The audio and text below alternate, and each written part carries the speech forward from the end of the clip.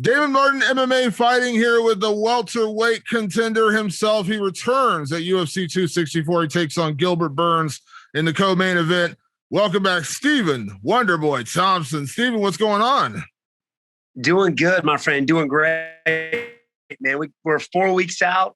Great shape, feeling good, man. Ready to rock and roll for the fans, brother. So I'm ready to rock. Absolutely. It's funny. We spoke, before the Jeff Neal fight, which was an incredible victory for you. Obviously a big win, but we spoke beforehand and you said, listen, I have nothing but the utmost respect for Jeff Neal, but after this one, it's time for me to get that contender fight. It's time for me to get that top ranked guy. You had to be happy with Gilbert Burns coming right off the title fight. This got to be a number one contenders fight, right? I would think so. I mean, he's the last guy. One of the last guys to fight Kamaru Usman. Obviously the Masvidal, but still, fighting the number 2 ranked guy right now, finally getting somebody ranked above me. Man, it's amazing, man. I'm just excited to step back out there and do battle. And once again, with a good win over Burns, be able to fight for the title again for sure. Yeah. When you look at the rankings, and listen, I think the rankings, I'm not going to get into the rankings because they drive me insane. But when you look at the rankings, was Gilbert Burns kind of the perfect opponent considering who's out there? I mean, to be honest with you, like anybody in the top 5 would have been perfect for me. I mean, Leon Edwards, obviously he just beat Diaz, but he was another guy I was looking at. Colby Covington, but a lot of these guys at the top weren't saying my name, and the only person that really wanted to take the fight was Gilbert Burns. So, which he's another NMF too, man. He was in the corner when I fought Vicente Luque, such a nice guy. But it's awesome to be able to that he took it, and it's an honor to be able to face off against another NMF for sure. So I'm excited, man, and this is it. Like this is what I've been waiting for.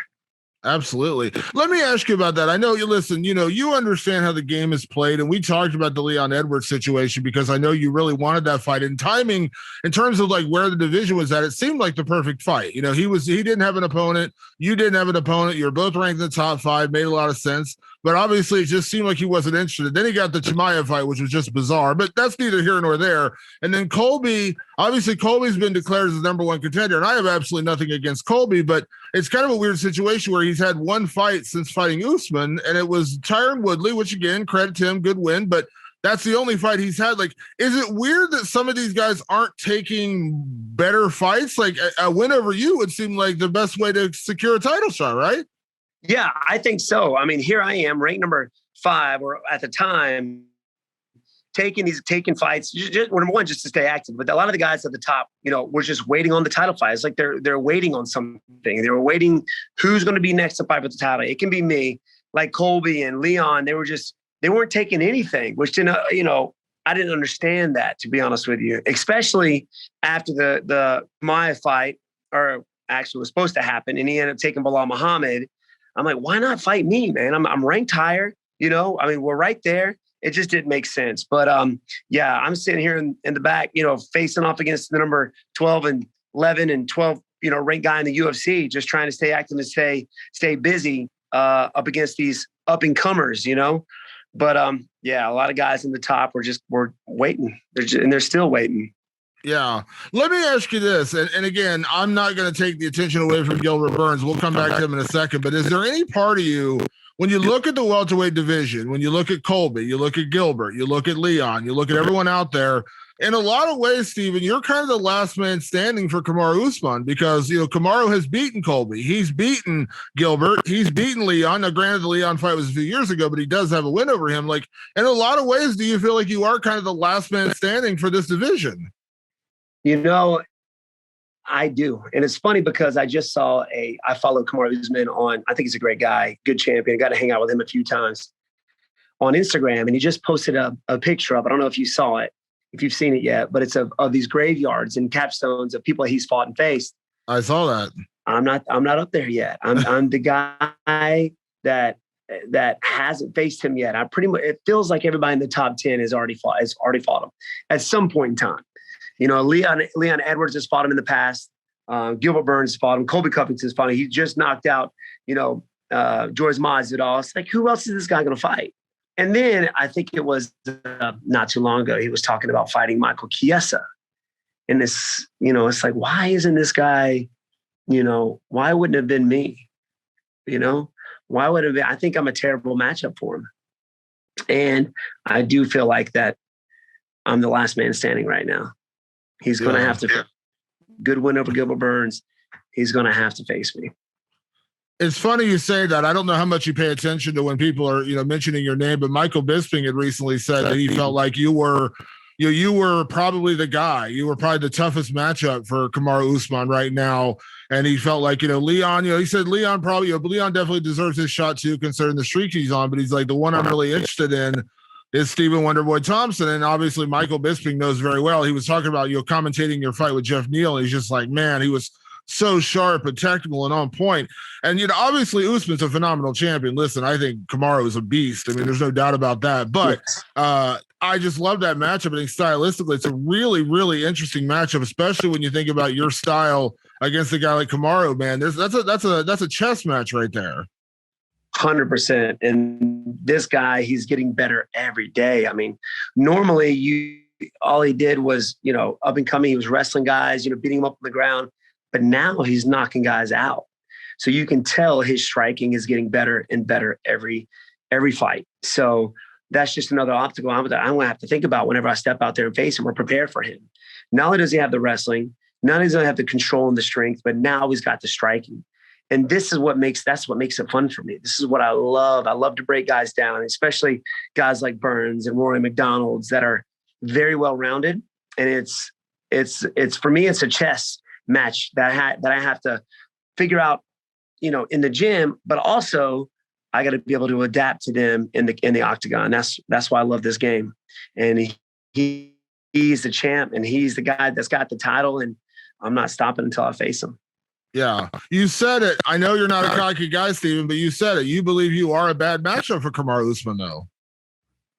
Yeah, I mean, I think so. Just because of the movement, the style, our styles together. He's the type of guy that, he plods forward. He tries to get you to the cage. But I feel like that was the old Kamaru. I still feel like I'm a bad matchup for him, especially if he wants to keep the fight standing like he did against Masvidal, who's one of the best strikers in the division. He knocked him out. I've got one of the best takedown defenses in the division as well. So I would just I can't wait to step out there with him, man. I really do, just to see what goes on, what he's going to do. What are the changes he's going to make? Is he going to try and stand there and strike? Or is he going to go straight for wrestling?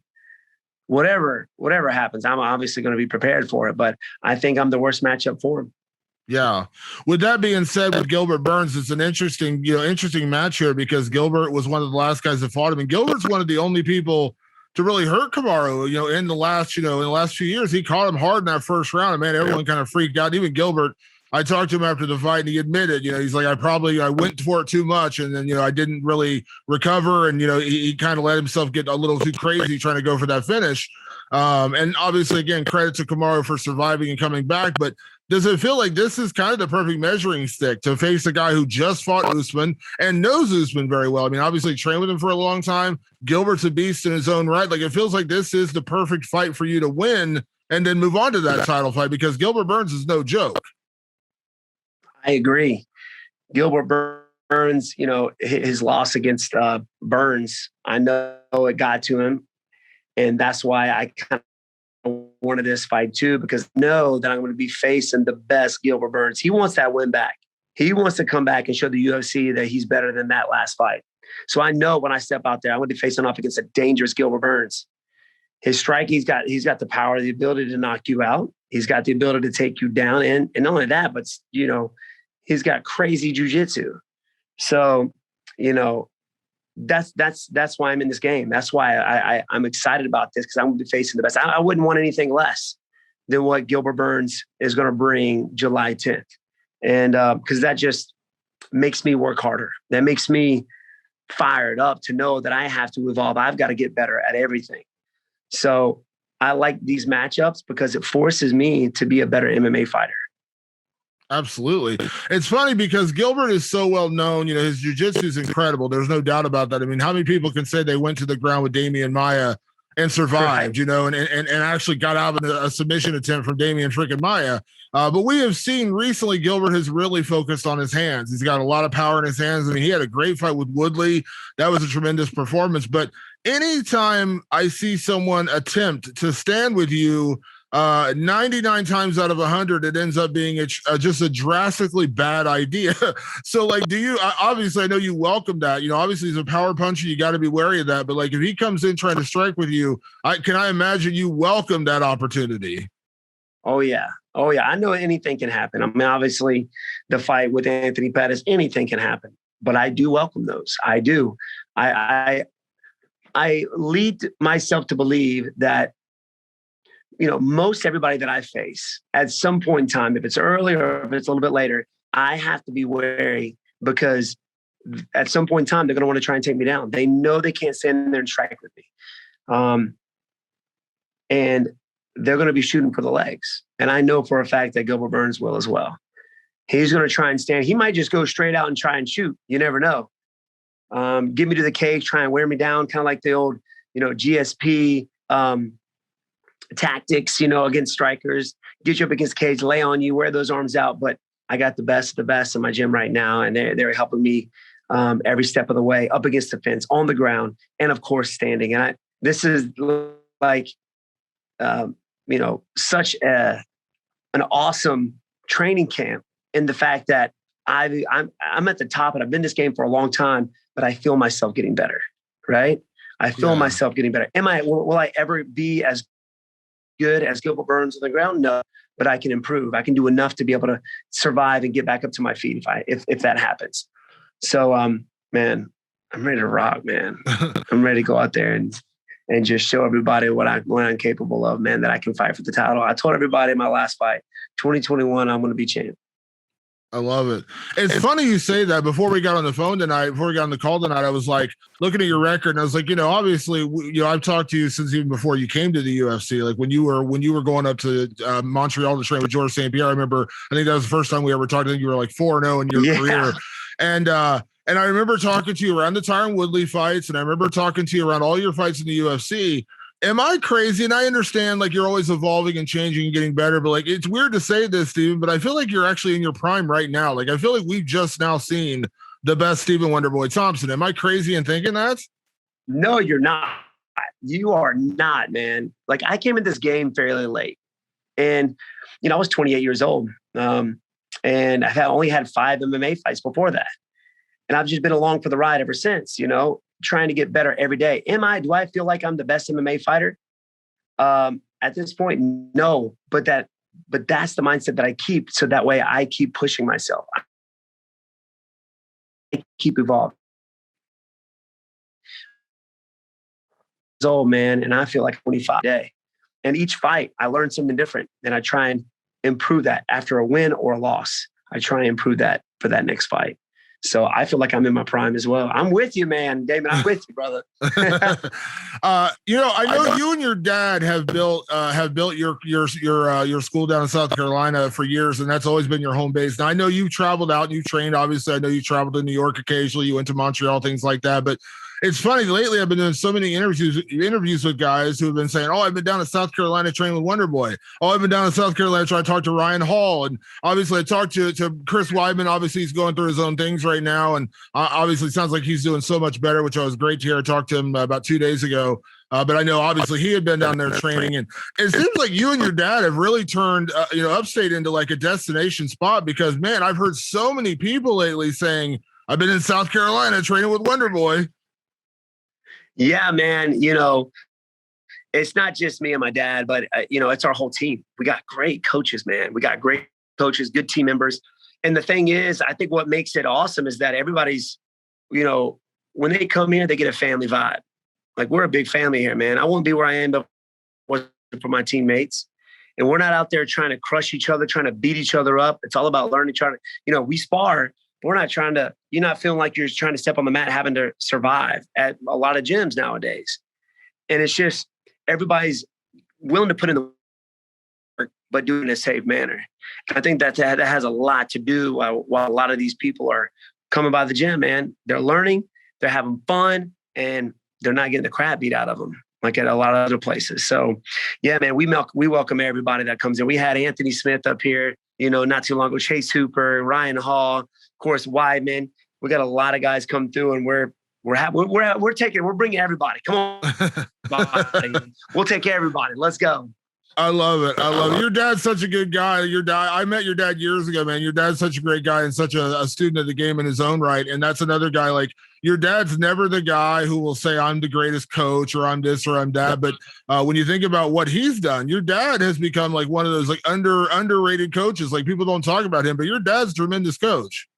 Thank you. And I know, I wouldn't be where I am if it wasn't for him. He's got, he's 66 years old. He's got that old school mentality of the fight game, but he's very intelligent about it. He's been, back in the 60s or 70s and 80s, training the right way. That's why you have guys at our gym that are fighting into their 40s. They're not getting beat up. So he's awesome, man. And if there's something that he doesn't know, he brings people in that knows, that does know, if it's with the wrestling, if it's with the jiu-jitsu, and even the striking. He's the best, man. And he's kind of like our father figure for the school, and a lot of people here look at him as that. So, because if you ain't wearing the right equipment, he'll get on you. If you showing up late for class, you're pushing sleds. So, I mean, he runs a tight ship, and I think that's why that, a lot of, we're successful. So. Absolutely. Steven, before I get you out of here, I got to ask you one thing. And this is, now that you got your own YouTube channel, you're doing breakdowns, you're doing video breakdowns, all these kind of things. So you're kind of taking over my job a little bit, but I got to ask you this because I think I saw you post something on, maybe it was Instagram or Twitter when the fight first got announced, but a guy that you faced and then kind of became friends with, which was awesome, was you and Tyron Woodley. Tyron is about to step into the boxing ring for the first time and fight Jake Paul. Now, you as a striker, like every time I see one of these matchups with an MMA guy and a boxer, I'm like, why aren't we getting like a Stephen Thompson in there, a guy who actually knows striking very well? But I'm curious, as a guy who knows Tyron very well and a guy who's fought Tyron, knows Tyron's power, how do you think Tyron will do against Jake Paul? I'm curious your opinion. Man, I think he's going to do awesome. Number one, he's training his behind off at this point. Coming from a guy that's been knocked down 3 times, and people say I'm one of the best strikers in the division. Being knocked down and getting hit by him, man. Jake Paul is in for a rude awakening. I'm just telling you, people are sleeping on Tyron, and Tyron is a beast. He's got good hands. He's got power. He can close the gap, and he can fight Jake Paul in a way that, that Jake Paul's not used to. He's not used to somebody closing the gap on him like Tyron can. I've had Tyron blitz on me, and I've seen him blitz on other people and put people to sleep. So you can't sleep on that dude, man. He will put you to sleep, and that's who I'm going for. I'm going from a man, Tyron Woodley. That fight, baby. Let's go. So he's awesome. I'm telling you. And he's hungry. He's not only going to go out there and win it for himself. He's going to win it, hopefully win it for the whole MMA era. So it's going to happen. Yeah. It's funny because you come from a traditional martial arts background. And one thing I learned when I did karate as a very little kid was the respect and the honor of martial arts. And it's so funny to say this, but I loved the kind of friendship you built with Tyron. You guys were rivals. You were fierce rivals for quite a while. And to see you guys kind of become friends, I love that. Like, that's the old school martial arts way, right? Yes, sir. Yeah, I was on not too long ago. I think it was last summer. I was on his Instagram. We did an Instagram live, and we just sat there and chatted about our conversations that we had in the cage when we fought each other, because we were having some pretty funny conversations. And at one point he ends up biting my finger. I don't remember when it was. I think it was the second fight. We laughed and just talked about it, man. It was good. It was good. And, he apologized for some things. It's all good. He really didn't have to apologize for anything, but I'm glad to see him get in this fight. And I hope he goes out there and really finish this guy for sure. Yeah.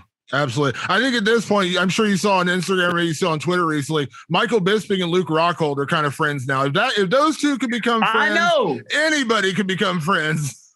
Dude, they're like training with each other, laughing, man, grappling.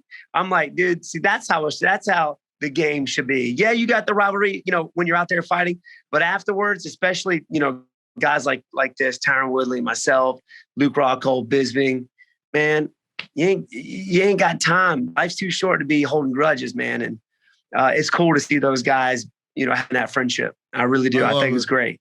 I love it. Well, Steven, it is always a pleasure and an honor to catch up with you. The NMF, I always love chatting with you. Obviously, have a good rest of your training camp. Safe travels out to Vegas. Man, this is a big card too. I mean, obviously sharing with Connor and Poirier, man, you got to love that. I'm excited. And everybody's asking me, dude, how do you get on these sick cars? I'm like, I don't know, man.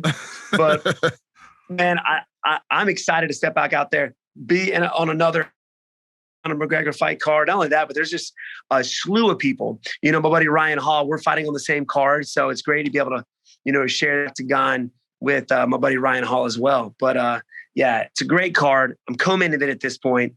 And be ready to watch, guys. UFC 264 is going to be fireworks. So check it out. Absolutely. Steven, it is always a pleasure, my friend. We will talk soon, okay?